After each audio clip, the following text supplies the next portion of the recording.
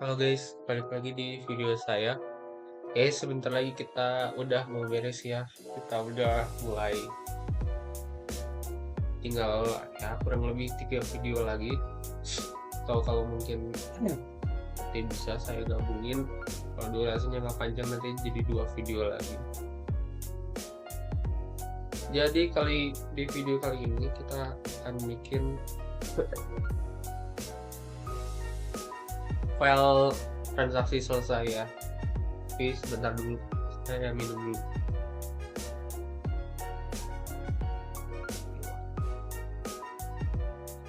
Oke, jadi saya udah bikin karena di transaksi selesai ini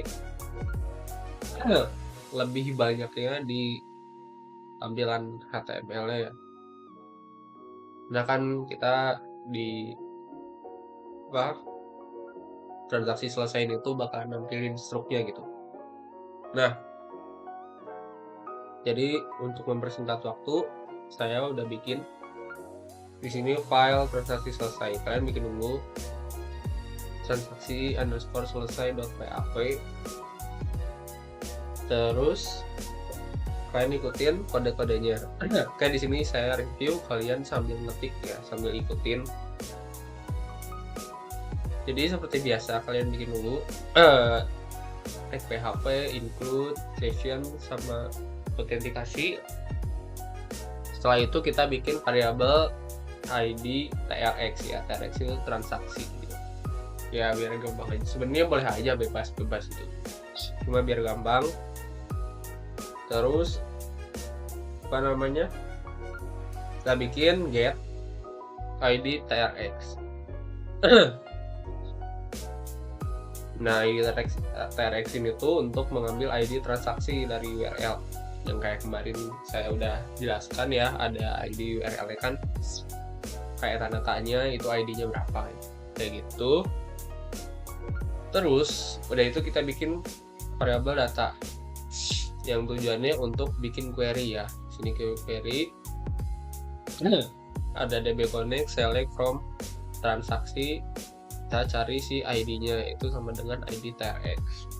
Jadi di sini kita definisikan ID transaksi itu di sini sama dengan ID variabel ID TRX. Jadi nanti tujuannya untuk mengambil data transaksi berdasarkan ID transaksi gitu. Terus kita bikin TRX ya, reference asosiatif. Ya kita masukin si datanya. Jadi apa namanya? Si ini tuh tujuannya untuk menyimpan data transaksinya ke dalam variabel ini yang kita bikin. Terus kita bikin detail. Nah, untuk si detail ini kita apa namanya? Kita bikin yaitu untuk menggabungkan yaitu si apa namanya si tabel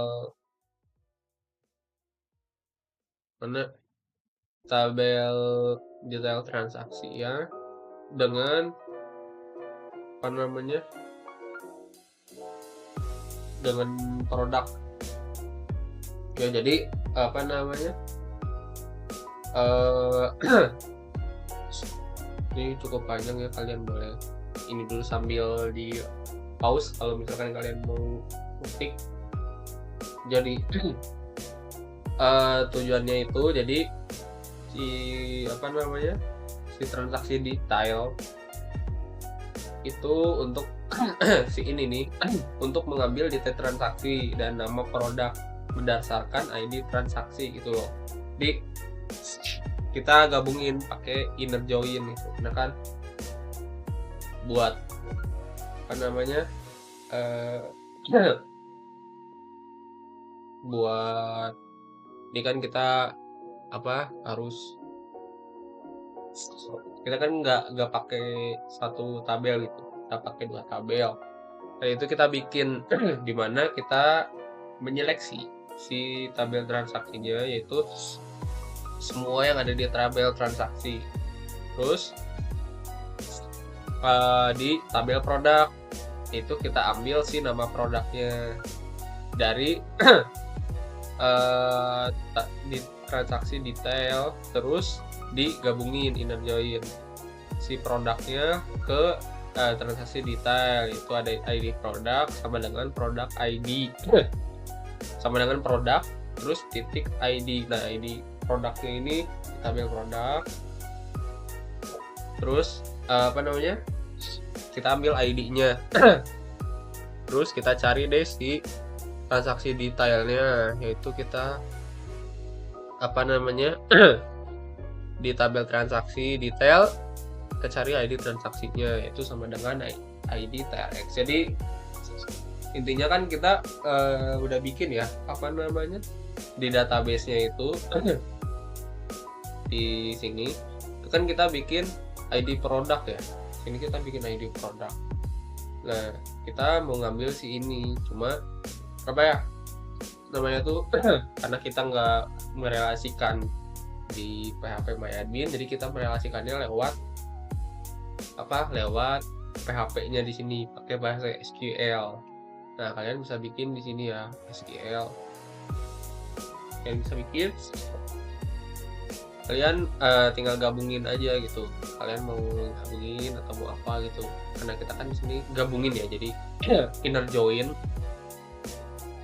dari si transaksi detailnya.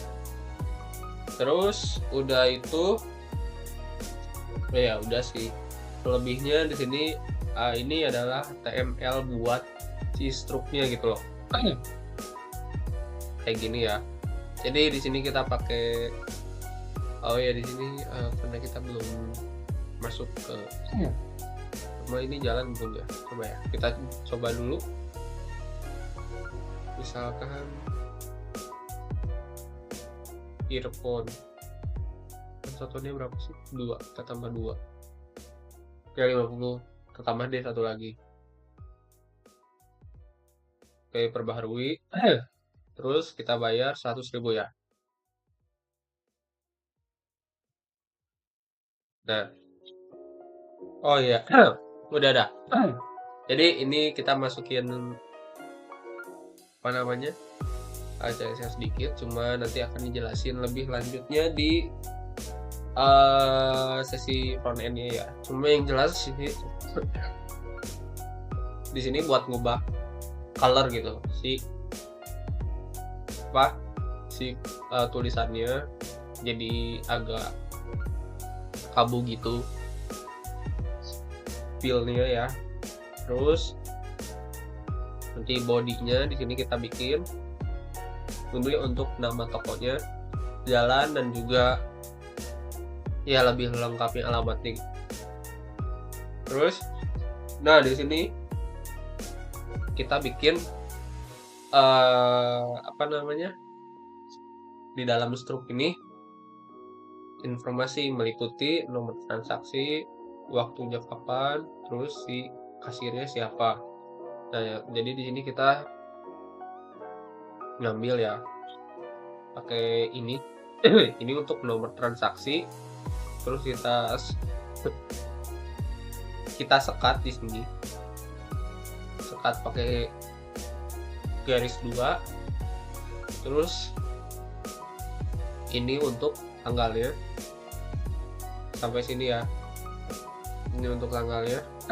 Nah, terus di sini kita manggil si nama usernya.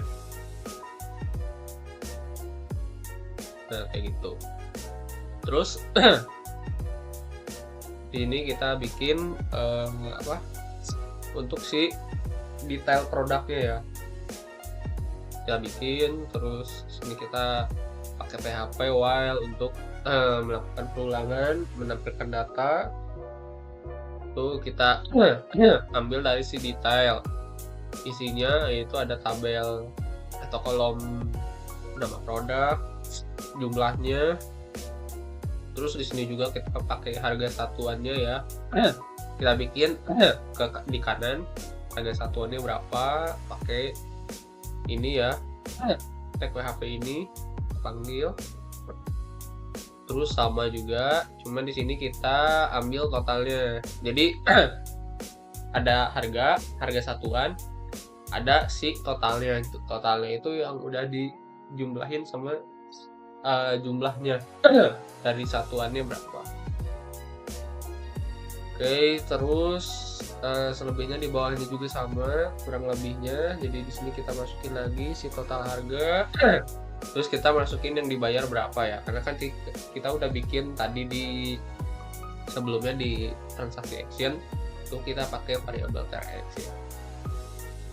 Di sini kita masukin bayar terus kembali. Ini kita sesuaiin sama yang ini ya, di apa? Si transaksi detail ini maksudnya si transaksi samain.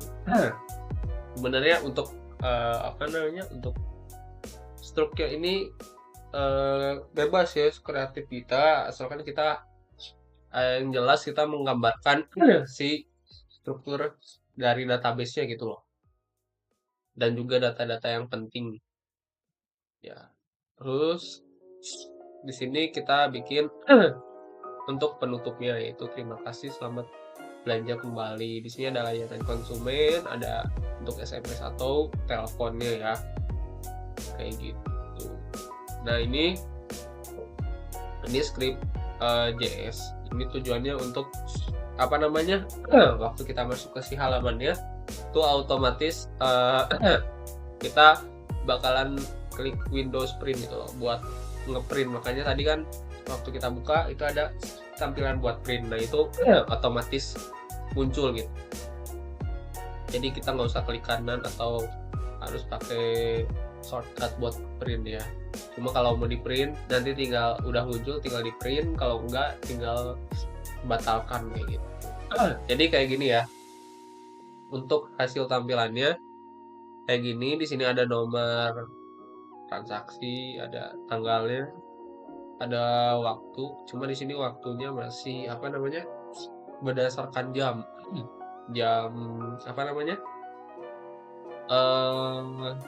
masih berdasarkan waktu per jam, per menitnya gitu loh, belum di setting berdasarkan time waktu zona gitu. Belum masuk belum di setting.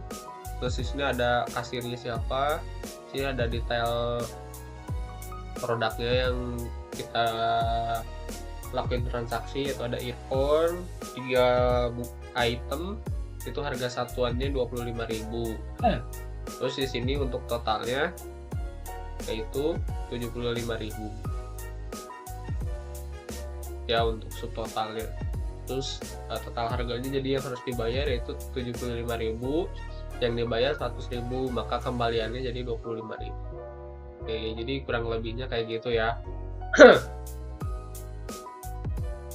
Oke, kayak gitu kurang lebihnya. Dan di sini di tulisan transaksi juga ini kita bikin array ya. Tujuannya biar bisa back gitu loh ke halaman kasirnya. Oke. Oke, jadi kurang lebihnya kayak gitu untuk si transaksi detail.